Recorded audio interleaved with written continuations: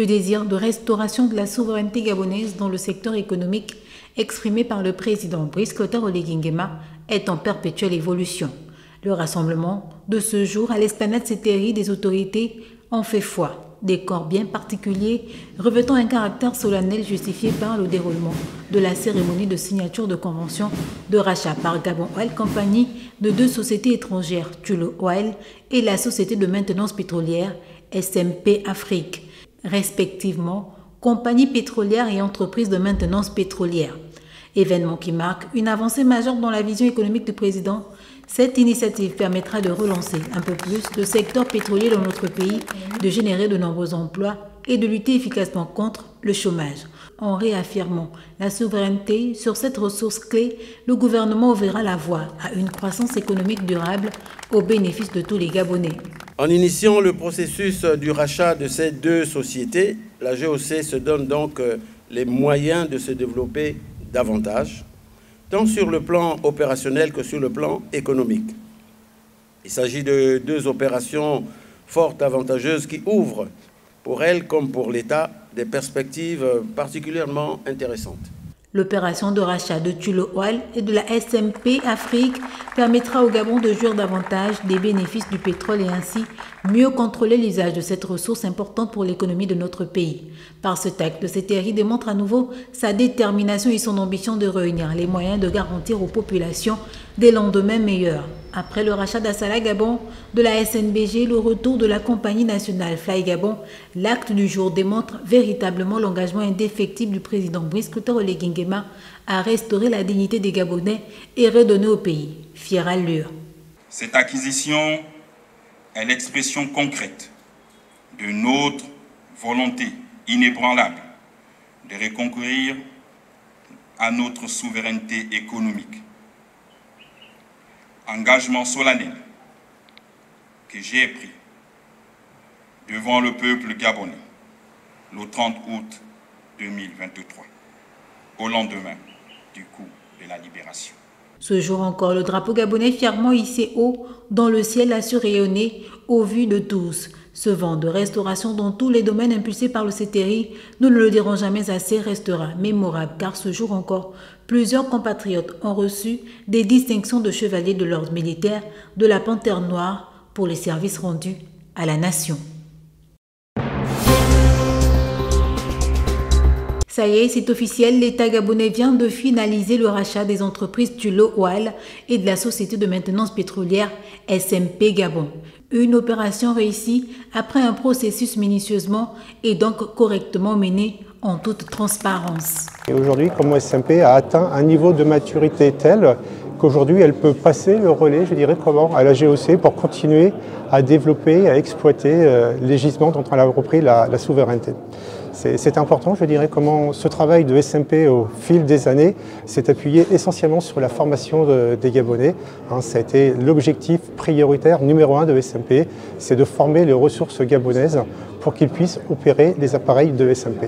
Aujourd'hui, sur des appareils d'SMP, vous avez essentiellement, je dirais, des cadres gabonais qui gèrent le chantier et l'exécution des opérations, aussi bien pour Assala que pour Total et Perenco. Permettre au pays de retrouver sa souveraineté dans le secteur pétrolier et de bénéficier des avantages directs qui en découlent près de 60 ans après. Voilà qui place désormais le Gabon au rang des majeurs. Cette transaction dont les premiers effets induits sont entre autres la préservation des acquis professionnels de chaque employé, effet induit intégrant les grandes lignes de la politique de l'emploi menée par le gouvernement de la transition sous l'impulsion du chef de l'État avec le concours de ces entreprises qui jugent le pays assez mature pour prendre le relais. On était extrêmement fiers d'être présents dans le pays, de faire partie du métier et de la structure de la société de production au Gabon. Quelque part, on part avec un peu de tristesse aussi, mais on espère ne pas partir pour longtemps et revenir un jour avec une autre opportunité au Gabon. Durant 26 ans, ça a été un sujet important pour Tullow. Nous avons eu des partenariats avec notre tutelle, l'administration du pétrole. Nous avons formé des agents chez nous à Londres. nous avons également poussé l'ambition plus loin. Aujourd'hui, l'équipe de Tulo Gabon, qui compte 5 personnes pour produire plus de 10 000 barils, ce sont essentiellement des Gabonais. Et avec une excellence au niveau des pratiques professionnelles. Donc c'est pour vous dire que l'accent a été mis sur la formation, la relève. La cérémonie du jour entre elle aussi dans les annales de l'histoire de l'exploitation de l'or noir au Gabon. Accompagné des membres du gouvernement, le Premier ministre, chef de gouvernement de la transition, Raymond Dongsima, a pu se rendre compte du travail effectué sur ce site. L'objet, c'est d'essayer d'accroître la capacité de production. Parce que moi, je ne crois pas, je suis un économiste libéral, je ne crois pas à l'interdiction d'importation, ça ne sert à rien. Il faut produire de façon compétitive et décourager les autres qui produisent, que ce n'est plus rentable pour eux. Lorsque nous ferons la tomate en quantité à des prix intéressants ici, on cessera d'en importer ailleurs. Donc l'objet, c'est quand même d'arriver à produire plus ici, sur des couloirs qui sont à notre portée. Nous devons trouver des techniques de production qui sont plus efficaces et qui nous permettent d'avoir des rendements qui font la concurrence à ce que les autres font. La ferme Agropag d'OIM ambitionne de devenir un pilier de la production nationale avec des résultats prometteurs. Je suis assez satisfait de la vitesse que c'est en train de prendre.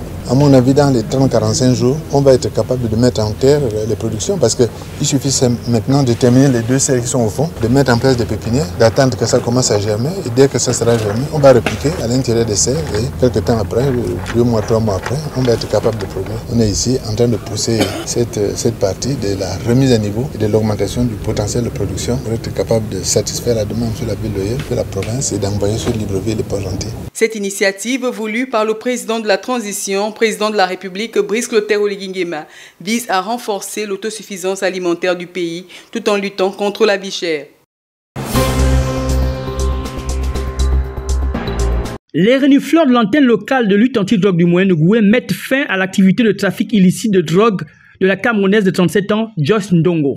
Interceptée le 25 mars dernier à Ndjolé, suite à un guet-apens, elle avait poursuivi une activité très florissante qu'elle menait depuis avec son compagnon, aujourd'hui à sans famille. Son butin, 3 cuisses de chanvre indien, des plaques de tramadol et surtout une touque de cannabis, le tout d'une valeur de 3 millions de francs CFA.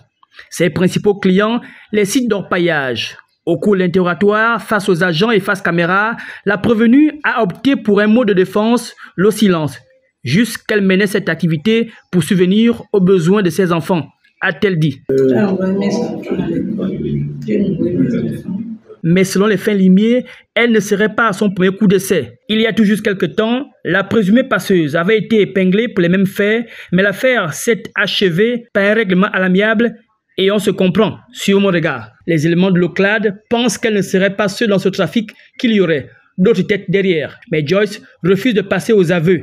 À malin, malin et demi, dit-on. Depuis ces derniers temps, les services spéciaux gabonais mènent une lutte sans merci contre les cartels de drogue et le grand banditisme. Cette arrestation est donc une victoire de plus. La mise en vente des plats, aliments et boissons dans la rue ou tout espace public par les marchands ambulants et autres lieux d'aménagement extérieur ou intérieur de commerce d'aliments préoccupe la direction provinciale de la Gaza dans le Haut-Linthème, d'où cette opération de sensibilisation des vendeurs d'aliments sur la voie publique Habitat. Ça, c'est pas un contrôle. On veut changer les conditions parce que déjà au niveau de l'hôpital, il y a beaucoup de fièvres typhoïdes qui ont été recensées. Il y a beaucoup d'intoxications alimentaires. Et cela est dû au centre d'insalubrité. Parce que justement, tout ce que vous faites, la nourriture explosée, les conditions ne sont pas explosées, il faut regarder le milieu. Comme vous voyez, donc ces agents qui sont là, ils sont venus pour vous former, pour changer. Il n'y a rien derrière, il n'y a pas d'amende. C'est juste pour vous former, pour que vous travaillez dans de bonnes conditions d'hygiène. C'est ça en fait. Donc tout ce qu'ils vont vous dire, n'ayez pas peur. Le but c'est de changer. Cette fois-ci, on vient seulement pour changer. Voilà, maintenant quand on va revenir après la sensibilisation, ça va être autre chose. Parce qu'on ne peut pas se permettre de venir vous punir alors que vous ne savez pas peut-être ce qu'il faut faire. Dans sa quête de garantir la qualité des produits alimentaires servis aux clients, il ressort des mauvaises techniques de préparation, d'emballage, de conservation et de vente des aliments dans certains espaces précaires. Ça, ce sera la première des choses à faire. D'accord? Vous allez dans les boutiques là, vous achetez les brosses en inox. Je ne veux plus voir ça, même demain là, ne me faites plus ça. Ça, c'est le fer. Le fer, c'est la rouille. Et quand ça rouille comme ça, c'est la peinture que ça laisse dessus. D'accord? Quand c'est la rouille comme ça, c'est pas bon. Les aliments là, vous mettez dans la caisse. Hein? Quand vous mettez dans la caisse, là, c'est bon. Les torchons là, d'accord? Au moins 5. Pourquoi 5 torchons? Par exemple, quand vous avez terminé de travailler ou bien vous voulez servir quelqu'un, vous n'allez pas essuyer sur... vous prenez vos torchons, d'accord? Une fois que vous avez essuyé vos mains, s'il est sale, vous changez un autre. Donc 5 au maximum, 5 torchons, d'accord? Ça vous permet d'éviter de contaminer les aliments avec vos mains souillées.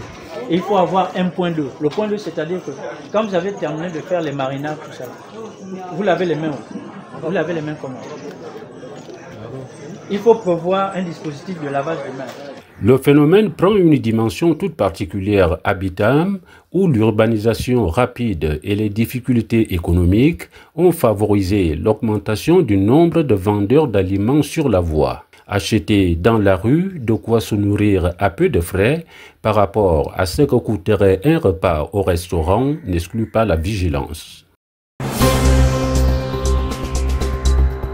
Le président de la transition, avec une expérience de 19 mois au sommet de l'État, a montré à l'endroit du peuple des signes qui ne trompent point sur son ambition patriotique chevillée au corps, ses intentions pour l'avenir et ses actions transformatrices visibles sur le terrain et dont il a fait le bilan ces derniers jours à travers les médias, dévoilant au passage les grandes lignes de son programme d'action. S'appuyant sur le choix opéré par sa base, ancré sur toute l'étendue du territoire national, à l'image du peuple gabonais, qui a plébiscité la nouvelle constitution et son initiateur, le Parti démocratique gabonais. Le Parti démocratique gabonais fait le choix de soutenir Brice Clotaire Oligui Nguema.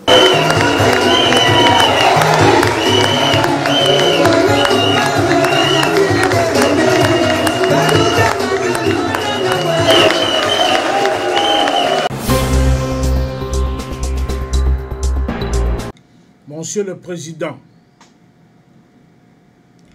à l'heure où vous avez donné écho au cri du peuple, vous portant à califourchon, c'est-à-dire en posture de champignon adulé avant l'échéance finale du soir du 12 avril prochain, l'Association des retraités du Trésor public, par ma modeste voix, vient ici apporter un soutien ferme et inébranlable, c'est-à-dire sincère et sans faille à votre candidature à l'élection présidentielle dont la solution en correction du passé s'écrit en un seul et unique mot: la lumière.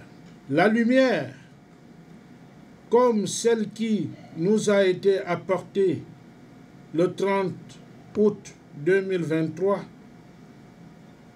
est symbole de vie et d'espoir, convaincu que toutes ces préoccupations qui sont celles du grand nombre à travers le Gabon sont celles que vous partagez en ce moment.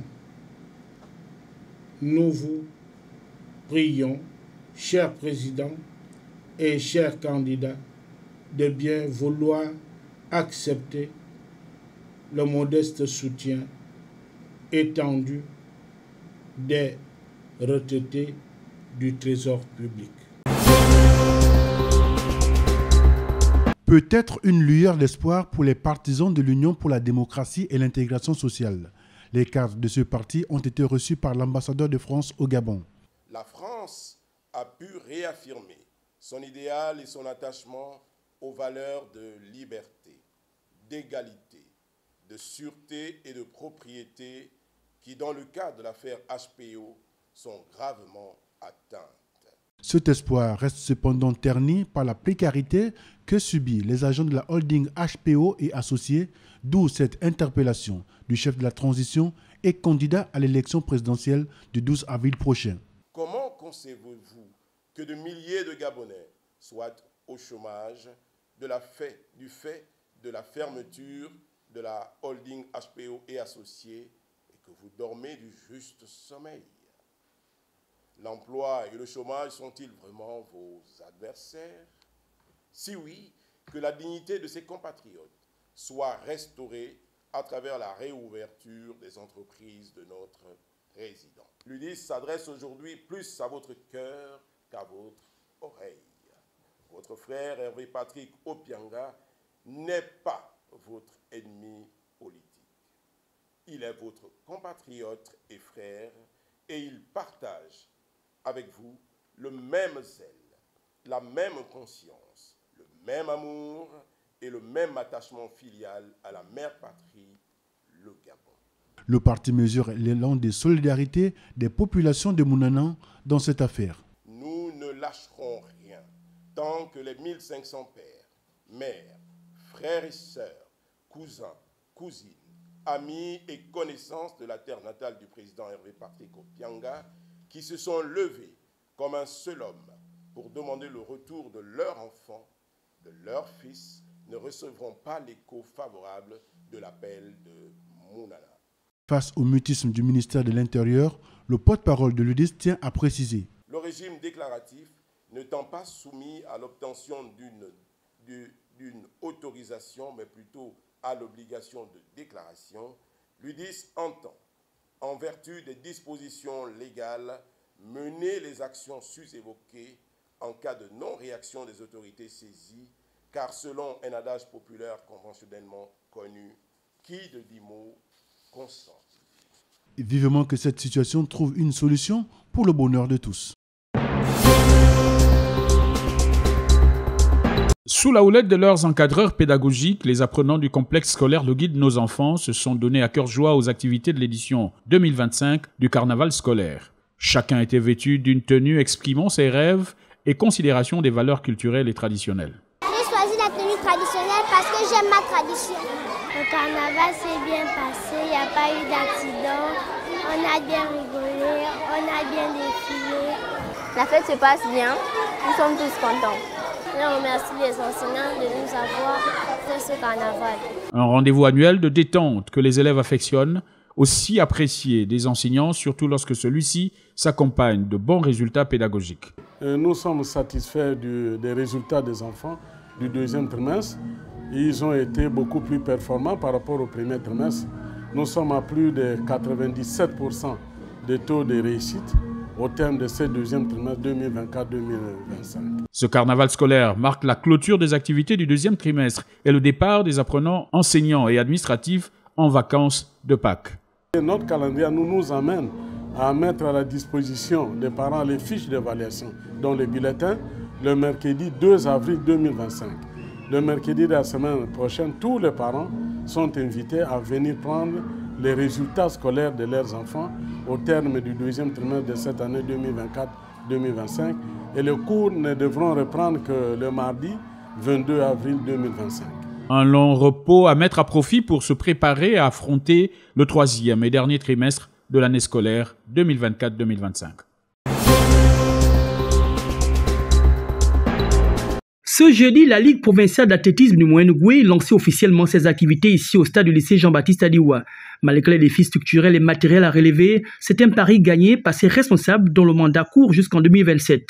Au nombre des disciplines retenues, nous avons la vitesse, le 1500, le lancer de poids, et le triple saut et le saut en longueur. L'éducation nationale, comme assez souvent, est le principal fournisseur d'athlètes. 5 établissements, lycée Raymond Boumba Janvier, Fangui, lycée Charles Mofan, il y a Mondjekou et Adiwa. Durant une journée entière, les participants ont tenté de rivaliser d'adresse, de talent, de justesse et de bons chronos, le tout en toute émulation et sous le regard des inspecteurs de la jeunesse et des sports. Ça permet aux jeunes de s'éloigner de plusieurs activités illicites à leur santé. Donc, si on passe plus de temps à pratiquer le sport, je pense qu'on va s'éloigner des drogues et consorts. Je viens encourager d'abord tous ceux qui ont participé. C'est une grâce pour nous déjà de refaire vivre le sport dans le moyen de Bouillon en fait. Cette ouverture de saison se tient quelques mois après l'organisation d'un tournoi de détection placé sous les auspices de la Fédération gabonaise d'athlétisme. Et parmi les objectifs visés, et de préparer les athlètes pour les futures compétitions. Nous avons la compétition du Sénégal, de Los Angeles aussi, et voir un peu dans quelle mesure préparer ces enfants pour les futures compétitions à venir. L'événement assez sobre et décontracté s'est ponctué par des remises de médailles aux meilleurs. 50 au total, couronnés de bronze, d'argent et d'or. Selon le vice-président de cette ligue, le rodage va s'intensifier pour mieux préparer les futurs champions.